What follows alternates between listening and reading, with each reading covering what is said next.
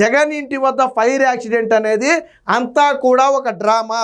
మరి ఈ డ్రామా దేనికోసం ఆడారో తెలియదు కానీ రక్తి కట్టించాల. కాకపోతే విషయం ఏంటంటే వాళ్ళు దేనికోసమో దీన్ని ఒక హైప్ ఇవ్వాలని చూశారు కానీ ఆ హైప్ ఇవ్వలేకపోయారు. మరి అది ఏదైనా ఇష్యూను దారి మళ్లించడానికా, లేదా జగన్మోహన్ రెడ్డి మీద ప్రజల్లో సెంటిమెంట్ పుట్టించడానికా, లేదా చంద్రబాబు మీద, లేదా కూటమి ప్రభుత్వం మీద ఆ నిందలు వేసి శాంతి భద్రతలకు విఘాతం కలిగిందని చెప్పి ఏదైనా ఇది చేయటానికో ఏం జరిగిందో తెలియదు కానీ ఒక డ్రామాకైతే తెరదీశారు. కాకపోతే డ్రామా బెడిసి కొట్టింది. వాళ్ళు అనుకున్న వ్యూహం అయితే ఫలించాల. ఈ మూడిట్లో ఏది జరగల. నిందలంటే ఏదో సోషల్ మీడియా చేతిలో ఉంది కాబట్టి పోస్ట్ వేసుకుంటున్నాడు కానీ ప్రజలు నమ్మట్లేదు. నేను చెప్పింది అదే. ఎందుకు నమ్ముతారు? మరి నీ ఇంట్లో దాడి జరిగితే సీసీ కెమెరా ఫుటేజ్ ఎందుకు ఇవ్వరా అని అడుగుతారు. ఎవరు అడిగినా, నువ్వు అడిగినా, నేను అడిగినా, బయట వాళ్ళు అడిగినా అదే కదా మాట.